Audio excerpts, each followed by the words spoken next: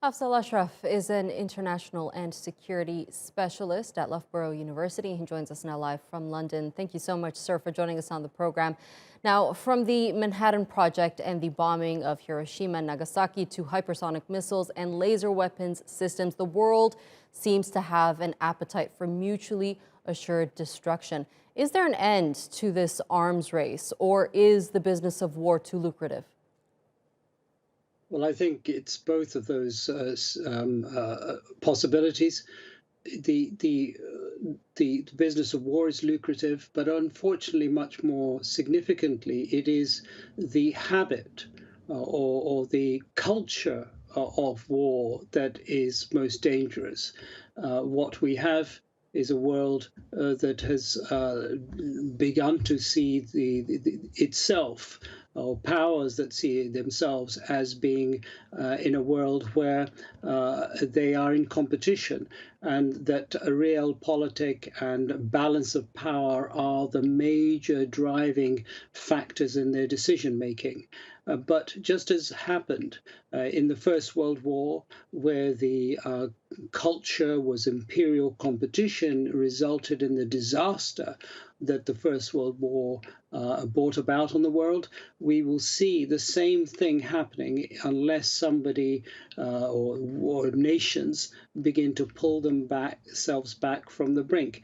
What I think we can see now is that the idea of balance of power, where nations such as the United States dominated the world in terms of technology and therefore weapons and therefore power, is no longer a valid mechanism, because we now have what I call the democratization of power through technology. Right. We have the ability for all nations, even poor nations such as North Korea, to be able to project power over other nations. Right. I'm going to ask you to elaborate on your comments on the U.S. in a bit. But since 1947, the doomsday clock run by the Bulletin of Atomic Scientists has measured how close humanity is to a man-made global catastrophe. And we appear to be entering an era where weapons in space is the new arms race. What implications do you see this having for global power centers?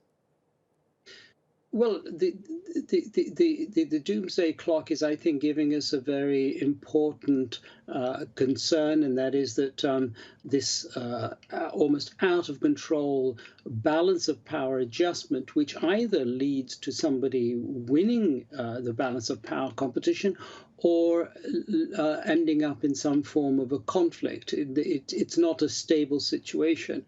And I don't think winning is any longer a possibility because of the proliferation of technology.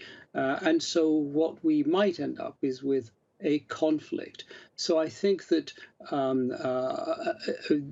your mention of space as being the new area, of course, there's a great deal of truth in it, but the development of hypersonic missiles means that people are now also exploring not just inner space, but very low-level weapon systems. So hypersonic missiles can travel just a few hundred feet off the ground, extremely fast, in a way that they can't be detected. The problem with space is that the very presence of space allows detection and therefore countermeasures to take place. So this isn't a very straightforward situation with developments in space, but there are also developments at the opposite end of space, even below sea level as well. So Right. it's a very complex situation. Right. And just real quickly here, going back to your point about the U.S., looking at the countries that have upped their arms power, do you think the West is falling behind compared to, say, Iran, Russia, China, North Korea? Well, it's failing to achieve its advantage. And that is not the way I think we should be thinking about it, and certainly not the way the US should be thinking about it. Because if you think about advantage, as I've said, we will always have people who will catch up. I think the United States needs to change the calculus of power in the world and project power in a different way and expect others to project power in a different way. One of the things that needs to be done is not to think about people such as China Right. being aggressive. What they're doing is being defensive from their point of view because they feel threatened by the United States. Okay. And I think we need to remove the threat calculation first. All right, Afzal Ashraf. Unfortunately, that's all the time I have left, but thank you for your analysis.